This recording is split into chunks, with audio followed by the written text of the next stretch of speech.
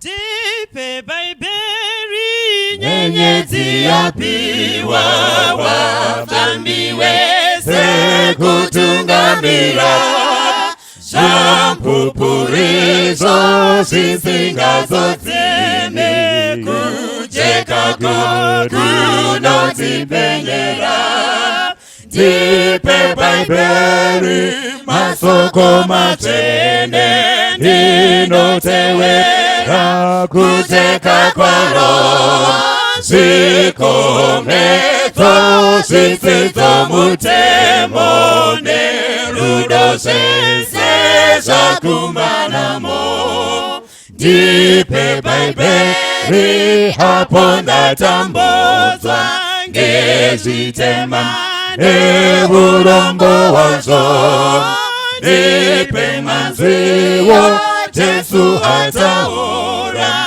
kunditondeza aripo pecho Tipe baiberi masoko machene ndinotewera kuteka kwaro zikometo zisizo mutemone rudo zese zakumanamo Tipe baiberi ndinofamba ndaro rinditseure nezakaipa mwenjeweru pone songunenema kondipangisa nzira kudenga Tipe baiberi masoko machene ndinotewera kuteka kwaro zikometo zisizo mutemone rudo zese zakumbanamo Tipe baiberi mwenjewe upenyu usingagumine wakanaka Rindiratite uteko wa Jesu Rindiwonese kudenga Tipe baiberi masoko machene ndinotewera kuteka kwaro zikometo zisizo mutemone rudo zese zakumanamo Ndokwasa isangano ra Mwari muzita Jesu anouya nokukasika musoro wenyaya uri kuti iwo mufudzi namakwai nechirungu the shepherd and the sheep. Nyaya yedu tirikiwana kubhuku raJohani. John chapter 10 chitanga ndaverenga mavhesi aripo ipapo tozonzwa kuti Mwari vanoda kuti kudini kwatiri panguva dzino. Vhesi ya 11 yaJohani inoti ndiri mufudzi wakanaka. Mufudzi wakanaka unorashira makwai ake upenyu hwake. Vhesi ya 14 ndiri mufudzi wakanaka. Ndinoziva makwai angu namakwai angu anondizivawo ini. Vhesi ya 27 makwai angu anoziva izwi rangu. Makwai angu anonzwa izwi rangu. Neni ndinoaziva uye anonditevera. Vhesi ya 2 kusvika pavhesi ya 5 asi unopinda nemukova ndiye mufudzi wamakwai. Kwaari murindi womukova unomuzarurira iye. Ndokudana makwai ake nemazita awo. Iwo anomunzwa uye anomutevera, anoatungamirira. And verse 4 nechirungu inoti and when he putteth forth his own sheep he goeth before them. Kana achinge aburisa makwai ake anoenda pamberi pawo, anoatungamirira, iwo anomutevera. For they know his voice, nekuti anoziva izwi rake. Verse 5 and a stranger will they not follow, but will flee from him, for they know not the voice of strangers. Makwai aya arikunzi mweni haangamuteveri, asi anotiza kwaari nekuti haazivi izwi romweni uyo. Mwari vakomborere kuverengwa kweshoko ravo. Mukatarisa mubhuku raJohani, akanyora bhuku raJohani mudzidzi aifamba naJesu anonzi Johani, John the disciple, vamwe vanomuti John the beloved. Murume wokunyora bhuku raJohani ratiri kuverenga pamusoro paro panguva dzino ndiyo zvekare okunyora Johani wokutanga, Johani wechipiri naJohani wechitatu. Ndiyo zvekare murume okunyora zvakazarurwa, anotaura kuti inini ndakanga ndakaiswa pachitsuwa chePatmos nekuda kwokutenda kwangu muna Jesu. Murume uyu achitaurwa pamusoro pake anonzi akanga ari mutungamiriri wesangano rapaEfeso. Johani chii chakamutuma kunyora bhuku iri raJohani? Johani uyu ari mudzidzi waJesu. Zvimwe zvatinodzidza pamusoro pake ndezvekuti ndiye wega akazofa a natural death. Vamwe vese vakafa rufu rwekuurayiwa, asi uyu akanyatsofa rufu ruri natural, ndiye ega. Zvekare murume uyu anonzi Johani paakanga ari kunyora kune rimwe bhuku anotaura kuti izvo zvatakaona naizvo zvatakabata namavoko edu, zvatakanzwa, ndo zvatinokuparidzirai kuti mufaro wenyu ugozadziswa. He is the only remaining disciple of Jesus who had a physical and a literal experience with Jesus Christ. Saka murume uyu anonzi Johani, rega titarise zvakamutuma kuti agonyora tsamba yaJohani kana anyore bhuku iri raJohani. Chekutanga, pamazuva aya pane imwe dzidziso yanga iri kupinda musangano yainzi Gnosticism.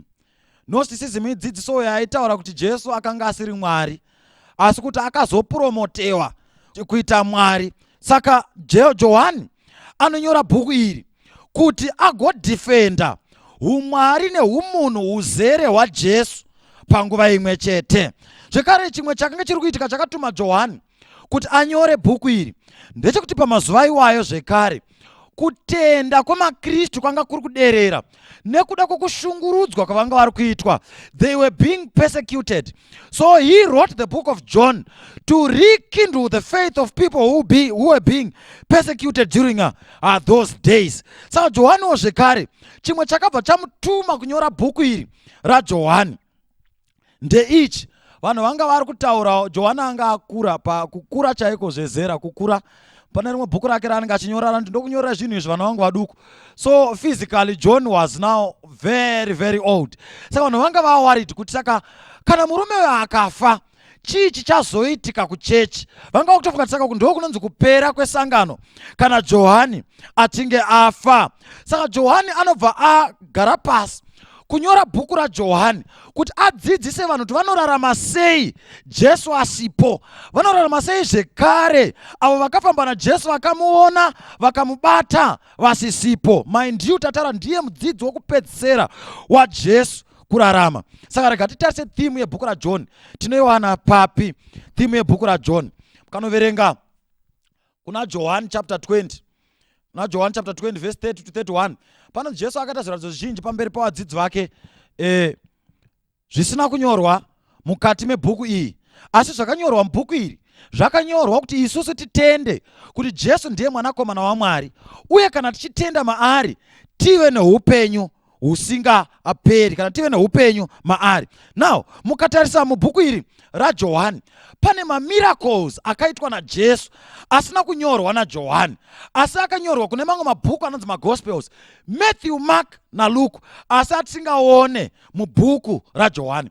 Ndeapi mamiracles atinogona kuona?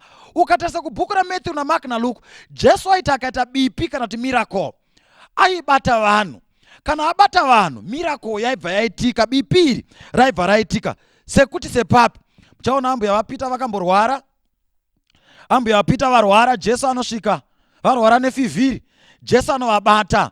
Saka Jesu avabata vanobva vapora chiriporipochko. Saka kuna Mateo naMarko naRuka, Jesu ndiJesu wekubata. Kana abata, miracle yobva yaitika. Tarisai muone futi zvekare, rimwe ramazuva panotaurwa pachinzi pakauya vanhu mapofu maviri, pauya mapofu maviri, Jesu anobva avabata vanobva vanzi vakapora. Matthew, Mark naLuke ndo vanorekodha nyaya dzakadai. Mwanasikana waJairasi akafa, Jesu anosvika paari, anobva amubata, obva titalita 10, mwana anobva amuka. Saka kuna Mateo naMarko naRuka ndiJesu wekubata vanhu. Asi mukatarisa kuna Johani anotaura nhoroondo yeupenyu hwaJesu zvinosiyana naMarko naRuka zvinosiyana naMarko naRuka naMateo. Tarisai muone kubhuku raJohani, Jesu pamuchato wekana, waini yakati yapera. Pana Sauro wangu anofarira mharidzo dzepamuchato wekana, waini yakati yapera. Jesu anoti ngavazadze makate nemvura. Jesu haana kubata makate, akabva titorai cherai mupe kumukuru wemutambo. Chishamiso chakaitika ichi, Jesu haana kubata, asi Jesu akataura. Rimwe ramazuva anopfuura nepaBethsaida, paiva nemurume akanga ane 38 years aine dambudziko rake ipapo. Muchatoona kuti dambudziko remurume uyu rakanga rakakura kupfuura makore akapedzwa naJesu achirarama panyika. Jesu akaita 33 years ari paplanet Earth, but murume akanga ane 38 years aine dambudziko rake. So before Jesus came to planet Earth, this man was already in his predicament. Saka Jesu anopfuura nepane murume uyu, obva amuti unoda kupora here? Zvikanzi nemurume uyu, ndinoshaya anondikandira mukati medziva. Jesu akati simuka, tora nhoo yako uende kumba. Jesu haana kumubata, asi Jesu akataura shoko. Murume uyu akasimuka, apora, achidzokera kumusha. Saka mubhuku raJohani ndiJesu wekutaura shoko. Nerimwe ramazuva ndinotondera Razaro akati afa, Jesu anopfuura neipapo. Zvikanzi anga ane 4 days Razaro ari muguva. Zvikanzi naJesu, ndiradzewo pamamuisa. Vachinosvika paya, zvikanzi naJesu, bvisai dombo renyu ramakaisa mega. Vanhu vanoti vabvisa dombo, Jesu haana kunomubata. Jesu akangodeedzera kuti Razaro buda imomo. Jesu haana kumubata, Razaro akabuda. Saka kuna Johani ndiJesu wokutaura shoko. Rimwe ramazuva anoti achipfuura, anowana vadzidzi vake vakanga vari kuredza. Vadzidzi vakari kuredza, zvikanzi naJesu, vakomana, mune chamambobata, mune chisevo here imimi? Zvikanzi Ishe, tabvira usiku hwese tichitiraya kuraura, tambozama zvokuraura izvi, asi zviri kutoramba. Zvikanzi naJesu, chikandirai utava kwakadzika uku. Jesu haana kubata neti, kandai utava kwakadzika. Zvino vanokanda utava kwakadzika, vakanda utava kwakadzika, zvikanzi vakabata hove, maneti akatanga kurema. Jesu haana kubata, akataura, pakaita bipi rekubatwa kwehove. Saka kubhuku raJohani, Jesu haabati vanhu, asi Jesu anotaura shoko. Saka kubhuku raJohani chatinodzidza ndechekuti during Christ's long absence, his word is just as good as his touch. Saka ndiJesu wekutaura. Pamazuva ano Johani asipo, pamazuva ano vakafamba naJesu vasipo, pamazuva ano Jesu wacho ari kudenga. Tinorarama nei? Tinorarama neshoko rake.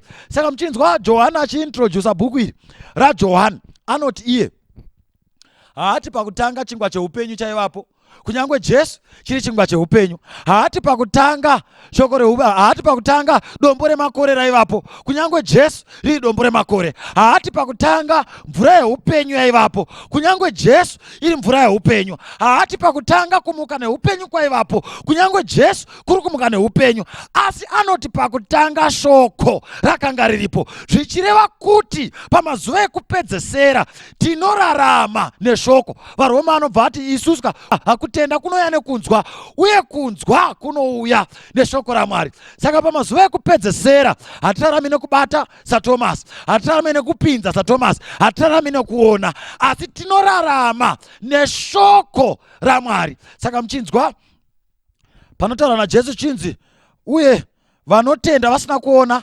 vacharopafadzwa, panyaya iyaya yemurume anonzi Tomasi.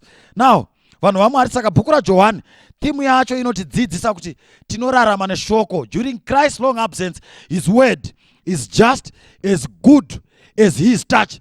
kuti dzidzisa kunonzi kumanage long distance relationship. Zvinonetsa pamuchato kuti mai vari kuMozambique, baba vari kuSouth Africa, munozonzwa nyaya dzakutoitika kunzi amai vane zvavakazoita vari ikoko, baba vane zvimwe zvavakuita vari ikoko. Vanhu vanoda zvekugumana. Asi Jesu atati vakomana ndisipo iko zvino, munorarama sei? Tinorarama neshoko raJesu. Saka panapa tiri pana John chapter 10.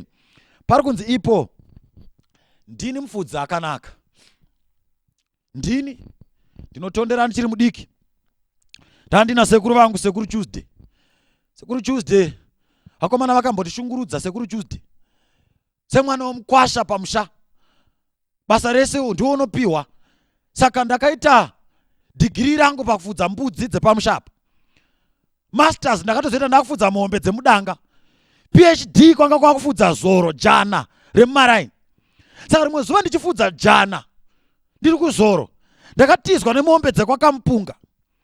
Tizwa nemombe dzekwakampunga dzikabva dzanodya mumunda masairendi mashiri. Dzadya munda masairendi mashiri. Vakomana, maroverwo andakaitwa nasekuru ainzi Muchongwinjo. Maroverwo andakaitwa nasekuru Muchongwinjo nasekuru Tuesday haikona kudhera. Ndakabva ndaudzwa ubhurandaya hwese huri muurozvi. Asi rimwe zuva vakazodzifudzawo. Tiri kuchikoro kwakakora, Kakora secondary Pibek 2041 Glendale. Ndiri kwakakora ndobva vadzifudza musi uya. Vakarasa dzakawanda kudarika dzandandaswera nadzo musi uya dzekudyisa mombe, dzekudya munda. Ana mbuya vakabhadhariswa ndichiona. Ndo pandakaziva kuti panyika pano hapana mufudzi ari nane kudarika Jesu. Jesu ari kuti ndini mufudzi wakanaka. Pachirungu ari kuti I am the shepherd the good. The shepherd the good. Saka panogona kunge pane vamwe vari nani, asi Jesu akanaka kudarika vatinoziva. Sei Jesu ari mufudzi wakanaka? Hanzi naJesu chekutanga, ndinorashira upenyu hwangu makwai angu. Jesu anoda makwai kusvika pakuafira. Chechipiri Jesu anoti ndiri mufudzi wakanaka nekuti ndinoziva makwai angu. Jesu anoziva makwai. Anoaziva sei? Pavhesi ya2 kusvika pavhesi ya5 Jesu anoti ndinoziva makwai angu namazita awo. Regardless of geographical location, Jesu anoziva vanhu. Regardless of zviri kuitika muupenyu, Jesu anoziva vanhu vake namazita. Regardless of utano kana kurwara, Jesu anoziva makwai ake namazita. Regai ndikutaurire vanhu vaMwari kuti makwai ari kuUruguay Jesu anoti ndinoaziva. Ari kuParaguay, ari kuVenezuela, ari kuChile, ari kuUSA, Jesu anoti ndinoaziva. Kunyangwe ari kuEurope, Jesu anoti makwai angu ndinoaziva namazita. Ari kuEngland, Jesu anoaziva. Ari kuFrance, Jesu anoaziva. Ari kuItaly, Jesu anoti makwai aya ndinoaziva. Ari kuSpain, Jesu anoti ndinoaziva. Jesu anoziva makwai ake namazita awo. Ndoda kukutaurira vanhu vaMwari kuti kunyangwe namakwai ekuAfrica, Jesu anoti ndinoaziva namazita awo. Ari paSouth Africa, Jesu ndinoaziva. Ari kuMozambique, Jesu anoti makwai iwayo ndinoaziva. Ari papi, ari kuZambia, Jesu anoaziva. Ari kuMalawi, Jesu ndinoaziva. Kusanganisira yemuZimbabwe, Jesu anoziva makwai ake namazita. Ndiri mufudzi wakanaka. Zvino manje pano papa panze neBhaibheri, mukuziva kwake makwai, chandifadza ndechekuti abva ati nemakwai angu anondizivawo ini. Iwe segwai unomuziva here Jesu? Ndobva zvanzi sei achindiziva makwai aya zvikanzi makwai angu anonzwa izwi rangu, neni ndinoaziva uye anonditevera. Saka ukama hwaJesu nemakwai ake, ukama hwemufudzi nemakwai hunogadzirwa nezvinhu zviviri. Kumufudzi kune zwi, kumakwai kune nzeve inoteerera. Ndo zvinogadzira ukama izvi. Saka basa remufudzi nderekuenda mberi, basa remakwai kutevera. Sei makwai achitevera? Nekuti anoziva izwi remufudzi. Mukurwara, gwai rinotevera. Mukufara, gwai rinotevera. Mukuchema, gwai rinotevera. Mukushaya, gwai rinotevera. Mufudzi ari pamberi, basa rake kuenda mberi, basa remakwai kutevera.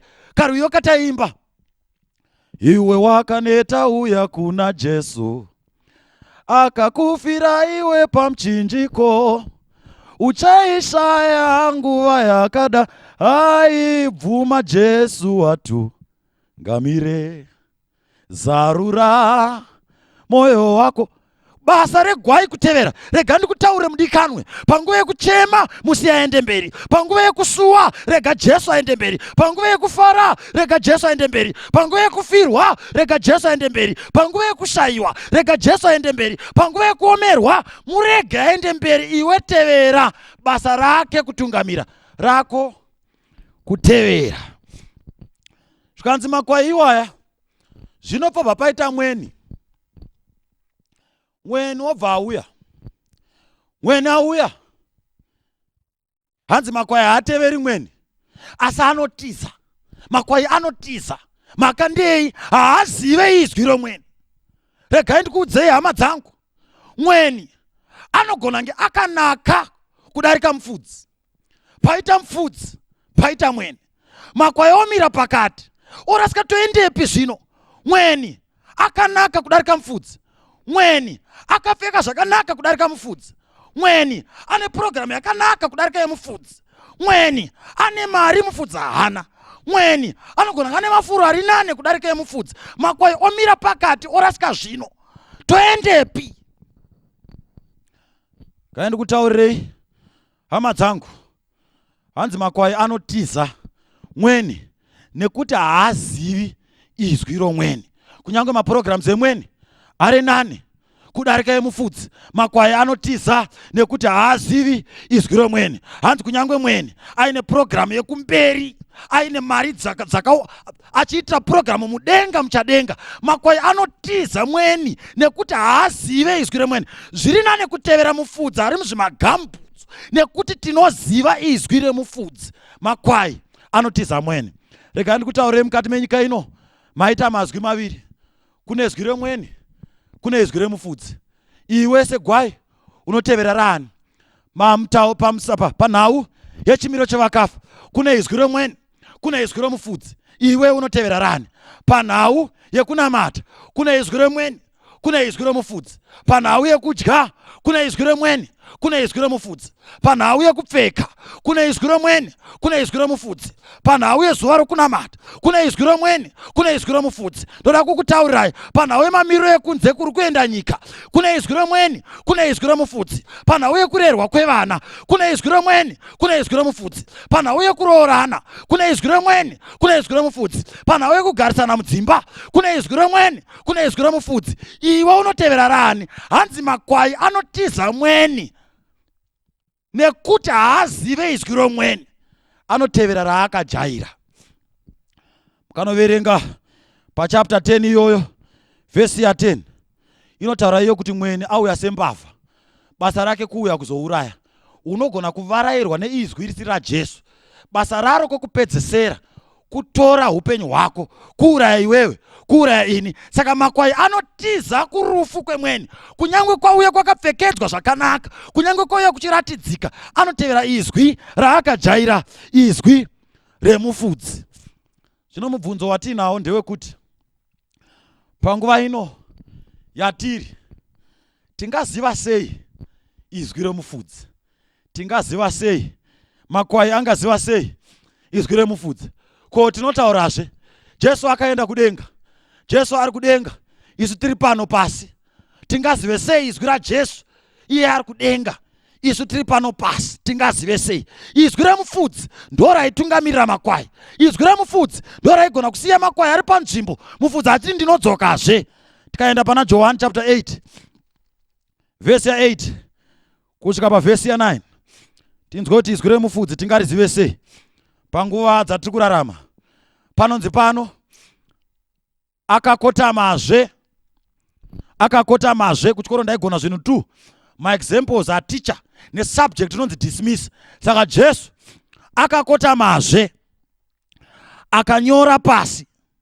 Saka akakotamazve akanyora pasi. Vhesi ya 9, zvino ivo vakati vachizvinzwa, mapanzwera apo. Akakotamazve akanyora pasi. Zvino ivo vakati vachizvinzwa, ndo pandodapo. vhesi ya9. Saka Jesu akakotama akanyora. Jesu akotama akanyora. Ivo vakati vachizvinzwa. Ndiri mugrade 2A pakanhu kamwe primary school Pbeg 2016 Glendale, ndichitichwa naticha mano. Vaiti vakanyora paboard, vanyora paboard zvavanyora, vaiti bvunza kuti what can you see. Kana vati what can you see, ivo bva vati I can hear a rabbit. Wairohwa kunge nyoka yapinda mumba. Pane rimwe gore vakandirova mbama yemudhindirwa musoromo pamusaka pekusanzwisa zvavari kubvunza. Zvakanyorwa naticha zvinonzi what can you see. Asi Bhaibheri riri kuti Jesu akanyora pasi, zvino ivo vakati vachizvinzwa. Saka zvakanyorwa naJesu hazvionekwi asi zvinonzwikwa. Ndibvumidzei nditaure vanhu vaMwari kuti the Bible is different from turning and turning in this widest Gaia. The falcon cannot hear the falconer. Things fall apart, the center cannot hold. Rakanyorwa navachinua Achebe. Rakasiyana ne 12th night. Rakasiyana ne the mayor of Casterbridge. Bhaibheri rakasiyana hama dzangu dzinodikanwa ne bhuku rana Okonko rakanyorwa na Chinua Achebe. Bhaibheri rakasiyana ne She No Longer Weeps rakanyorwa na Tsitsi Dangarembwa. Nervous Conditions by the same author. Bhaibheri rinosiyana ne House of Hunger rakanyorwa na Dambudzo Marechera. Tere vanhu vaMwari, Bhaibheri rakasiyana na Karikoga Gumi remiseve rakanyorwa na Patrick Chakaipa. Bhaibheri rakasiyana neNjenga Mutsvairo rana Matigimu rekunyorwa na Bernard Chidzero. Bhaibheri rakasiyana na Makunun'unu Maodzamoyo na Ndinofa Ndaedza zvairwadza vasara Vitalis Nyawaranda. Bhaibheri rakasiyana hama dzangu dzodikanwa na Tambaoga mwanangu rakanyorwa na Giles Kuimba hama dzangu dzodikanwa. Bhaibheri rakasiyana ne Waiting for the Rain rakanyorwa na Charles Mungoshi. Bhaibheri rakasiyana ne Coming of the Dry Season. Toda kukutaura hama dzangu dzodikanwa. Bhaibheri rakasiyana ne Adventures of the Wishing Chair written by Enid Blyton. Bhaibheri rakasiyana hama dzangu dzinodikanwa Trek Apache Gold written by Louis Lama. Rakasiyana nemabhuku akanyorwa na Sidney Sheldon. Bhaibheri rakasiyana nemabhuku akanyorwa Mayor of Casterbridge by Thomas Hardy. Bhaibheri rakasiyana neMpo Search. Bhaibheri rakasiyana neCrossing the Boundary Fence. Bhaibheri rakasiyana neFriend Billy and the Musasa Avenue 3. Bhaibheri rakasiyana hama dzangu dzinodikanwa Matigari Manjirunge The Seeker of Truth and Justice rakanyorwa na Ngugi wa Thiong'o. Pamusaka pekuti kudiniko Bhaibheri zvakanyorwa muBhaibheri zvinonzwika, zvakanyorwa navamwe munoona. Saka makanzwa Firipo anosangana nemudhara wekuka muranda weKandasi ari kubva kuJerusarema achidzokera kumusha arimo mucherioti ari mungoro. Zvikanzi namweya Firipo mhanya, mudhara ari kurava Bhaibheri kunge novhero. Enda unomubvunza. Firipo anotasvika pangoro zvinonzi nhai baba munonzwa here zvamunoverenga? ZvemuBhaibheri zvinonzwika. Allow me to say the Bible is an audio visual book. Nderakuti kana ukaona unofanira kuseenzesa nzeve. Saka zvemuBhaibheri tinoziva sei shoko raJesu? Kana makwai akarava anofanira kunzwa zvakanyorwa. Saka muchinzwa Bhaibheri rinoti vakaropafadzwa vanorava navanonzwa.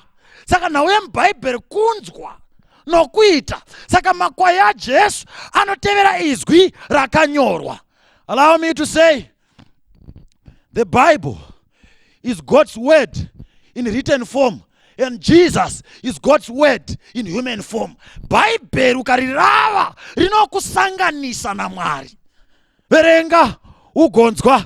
Bhaibheri rinofanira kuverengwa. Kana waverenga inzwa zvinoreva Bhaibheri. Saka mazuva ano tinoverenga, hatirarami neinwa mutanda zora mutanda pinza mutanda. Tinorarama verenga mutanda unzwe mutanda.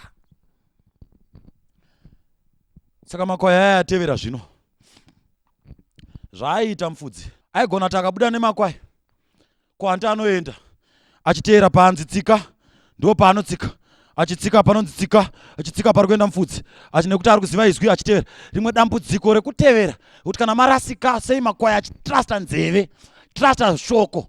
Pane mumwe mudhara ari kuOld Testament akati achembera ndobva dedza mufana wake mukuru zvikanzi uya pano Esau, tsvagiro nyama musango undipe, nyatsoibika zvakanaka ndidye. Esau unoenda kutsvaka nyama. Ari pakati pekutsvaka nyama, mai vanonzwa zano, vanobva vakati Jakobho, pane zviri kutoitwa nababa, mhanya izvezvi uraye mbudzi tichinje zano ramudhara. Anoenda notsvaka mbudzi.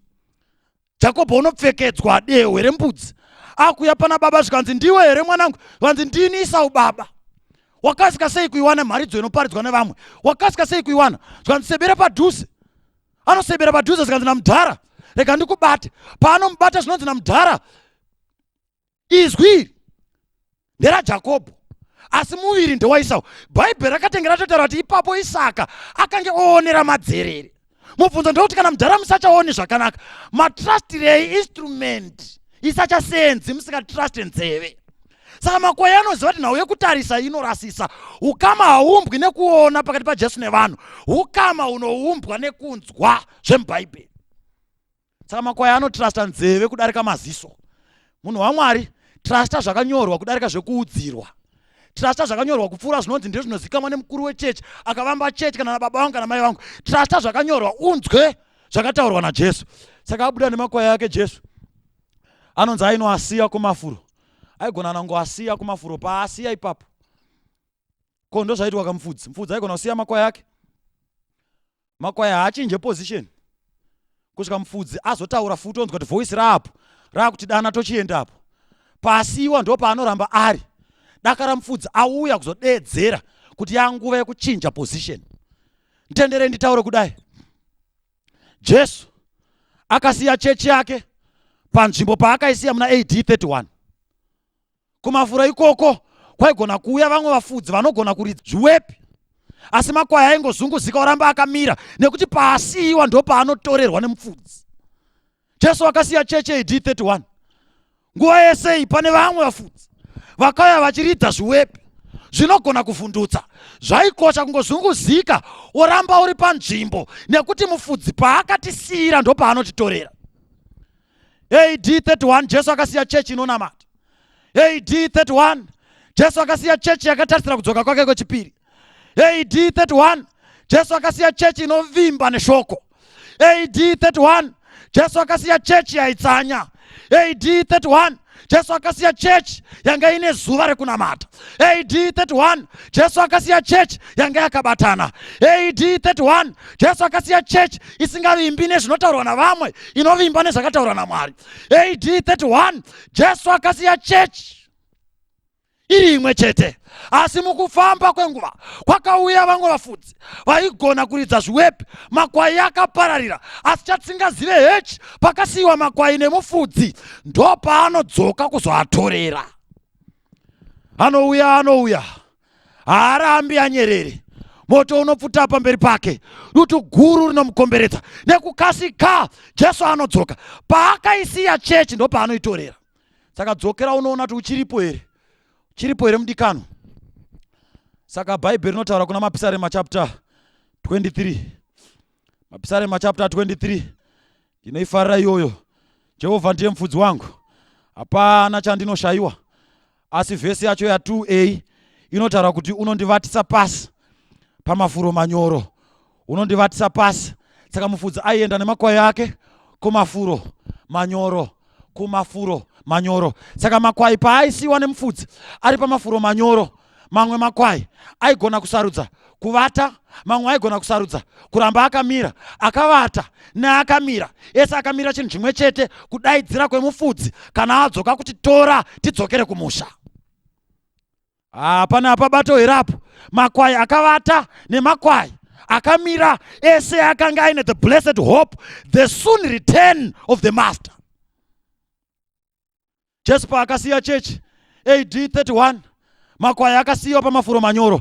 Mafuro manyoro shoko raMwari, shoko rakanaka, shoko reupenyu. Jesu akasiya musangano rakanaka. Jesu akasiya vanhu vaine tariro yakanaka, tariro yakaropafadzwa, tariro isinganyadzisi. Asiya makwai ipapo. Tenderei vanhu vaMwari, nditaure kuti paakasiya makwai ipapo, mamwe makwai akavata.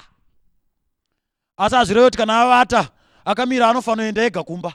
Uye zvegwai rakavata haribva ranzi ratokumba, richiri pamafuro manyoro Pauro unoti kwandiri kurarama ndiKristu, asi kufa kupfuma. Saka kufa hakusi kuenda muvhu rinotonhora kune vanotya Mwari, asi kufa kuenda pamafuro manyoro. Pane mamwe achiri akamira ane simba, mamwe aneta akavata pamafuro manyoro. Ese akamirira chinhu chimwe, anoenda kumusha pamwe chete. Hapana vati vaenda, kunoendwa kamwe kana izwi rataura. Muripo here vanhu vaMwari? Kunoendwa kamwe kana izwi richinge rataura. Saka akavata neakamira, ese akamirira chinhu 1, izwi. Saka muchiona kuti Bhaibheri rinotaura kuti Ishe uchaburuka nokudanidzira, hapana panzwapo, nokudanidzira nenzwi remutumwa mukuru, kwete nekubata. Saka zvitendero zvekubata nekumwe kujaira kekubatwa, hamene henyu vanhu vaMwari, Jesu paanodzoka haauyi kuzobata, asi achadeedzera, nekuti makwai ajaira kunzwa izwi rake. Jesu achitaura vachiteerera, kana vakaverenga vakanzwa vanoteerera. Saka pekupedzesera anopedzesa basa neinstrument yaanoseenzesa nhasi yeshoko. Jesu achadeedzera, makwai achanzwa, nekuti ukama hwaJesu nemakwai hwakagadzirwa neshoko nenzeve. Saka kana wajaira kunzwa izwi rake nhasi, unomunzwa kunyange paachadeedzera, nekuti Ishe amene uchaburuka kudenga nokudanidzira nenzwi remutumwa mukuru nehwamanda yaMwari. Vakafa muna Kristu vachatanga kumuka. Zvino isu vapenyu vakasara tichatorwa pamwe chete navo makore kuti tichingamidze Ishe mudenga. Naizvozvo tichava nashe nguva dzose. Naizvozvo nyaradzanai namashoko awa. Kana odzoka Jesu, Jesu achadeedzera. Kana achinge adeedzera, vari mumakuva vachamuka. Guva kumunhu waMwari harizi ivhu rinotonhora, asi guva kumunhu waMwari mafuro manyoro. Nevamwe vapenyu vanga varipo, tichatorwa pamwe toenda kudenga pamwe chete. Kudenga kuchaendwa kamwe chete. Teererai munzwa vanhu vaMwari, ndinokuudzai chakavanzika. Hatingavati tose, asi tichashandurwa tose. Pakarepo sokubwaira kweziso, vakafa vachaita seko, vachamuka kana Jesu achinge adeedzera. Nesu tichashandurwa. Ndo pachaita seko, apo kufa kuchapfeka kusaora, apo chinofa chapfeka kusafa, apo chinoora chapfeka kusaora. Zvino kana chinofa chapfeka kusafa, nechicho chinoora chapfeka kusaora, shoko rakanyorwa richaitika. Rufu rwakamedzwa nekukunda. Iwe rufu, kukunda kwako kuripiko? Rufu rumbora rwako ruripiko? Rumborera rwerufu ndizvo zvivi, nesimba rezvivi ndiwo murayiro. Saka Mwari ngaatendwe, anotipa kukunda muna Kristu Jesu Ishe wedu, mufudzi wakanaka. Achadeedzera. Kana achinge adeedzera, vakafa muna Kristu vachatanga kumuka. Regai ndikuudzei, inzwa izwi raMwari. Kana warinzwa, teerera izwi raMwari. Pakupedzesera, kana wajaira kunzwa izwi rababa opa next door nhasi, ungafunga kuti ungazonzwa raJesu achiuya achiti akakuudza kuti Bhaibheri rinoti zvakati, iwe oti ini ndichati zvakati. Ndakaudzwa kunzi ndinofanira zvakati nanhingi asiri Jesu. Unofunga here kuti izwi richamutsa vanhu? Ndiro izwi rinotaura nhasi muBhaibheri. Saka namashoko iwayo, Bhaibheri rinoti musashamiswa naizvozvo, nokuti nguva inouya nayo vose vari mumabwiro vachanzwa. Chichaseenzeswa naJesu pekupedzera inzeve. Unonzwa here zvinoreva shoko raMwari? Munamato wangu kuti imi pamwe chete neni tinzwe izwi raJesu tichiri kurarama. Vana baba, vana mai, vana mbuya, kunyange nyika yakaoma zvakadini, rega Jesu atungamire, iwe tevera izwi rake. Kana ukatevera izwi rake, kunyange ukavata nhasi, kunyange ukavatiswa nezvinoitika mukati meupenyu nemunyika, kunyange ukavatiswa nemanetso eupenyu, kunyange neurwere, kunyange nemaaccidents, kunyange nematambudziko nemafashama, pakupedzesera achadeedzera. Paachadeedzera, makwai akamira neakavata ese achaenda kumusha. Mwari ngaaise chikomborero pakuverengwa kweshoko rake muna Kristu Jesu Ishe wedu. Amen.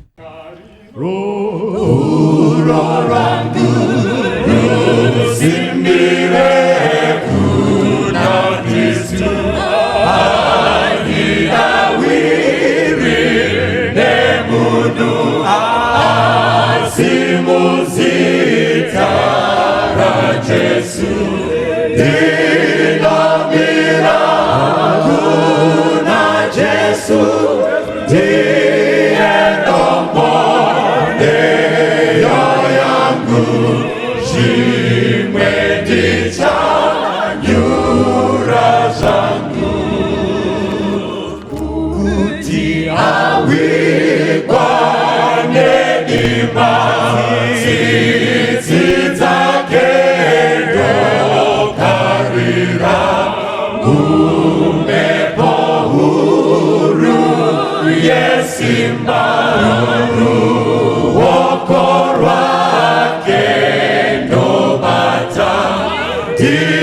Dinamira kuna Yesu ndiye domboneyo yangu chimwengi cha nyura zangu chirangano chake icho chitsidzo chero paro chinondipa rusimbiro pakati pemadambudzo ndinamira kuna Jesu ndiye domboneyo yangu chimwengi cha nyura zangu apo anenge ouya netsuricha zoritra ndinona kuti ndimire Jesu parukirwake ndinamira kuna Jesu